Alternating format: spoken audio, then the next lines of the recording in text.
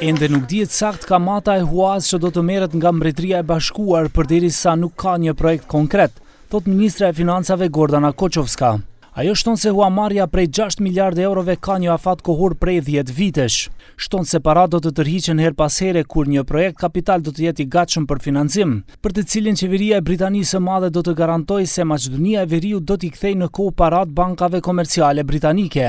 Така што сега во овој момент јас не би можела да зборувам за повеќе детали, затоа што немам зрел проект пуштен во Министерството за финансии, врз основа на кој јас ќе барам понуди од повеќе банки и ќе излезам да ви кажам колку е точно каматата. Никаде не пишува дека имаме задолжително повлекување на 5 милиарди и заради тоа јас постојано потенцирам проектно финансирање.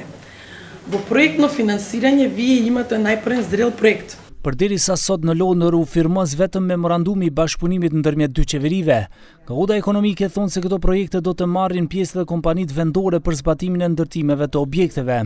Kriju i kësaj ode Branko Asevski, në pritje të këtyre mjeteve vendosi dhe kapelen e stilit britanik, duke shpresuar se këto kredi do të jenë infuzion për kompanitë vendore të ndërtimtarisë.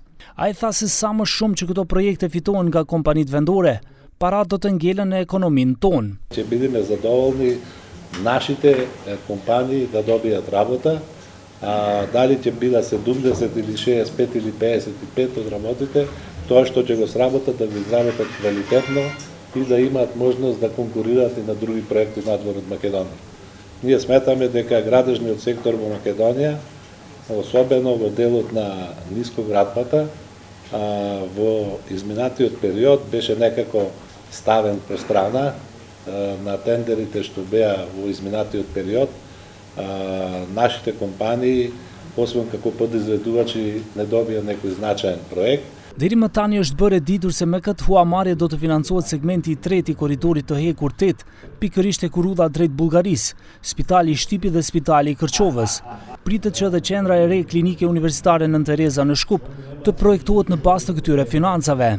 Interesi vetëm i britanikëve në këtë mbështetje thonë se do të jetë në kamatat e interesit dhe asnjë ndikim tjetër ekonomik apo politik.